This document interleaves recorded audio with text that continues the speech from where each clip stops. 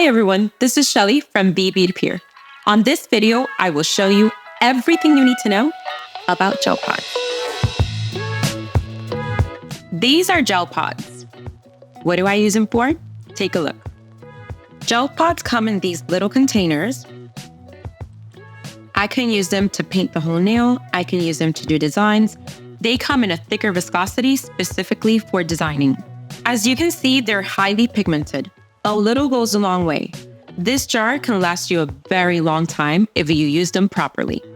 Now, as you guys can see, I purposely left a piece of the foil so I can clean the excess product of my brush. Using my daughter tool, I'm just going to create 3 little dots because I am going to make a simple flower. I'm also using gel pod number 11, which is a highly pigmented white. Now with my liner brush S, I am going to create 2 lines to meet at the middle.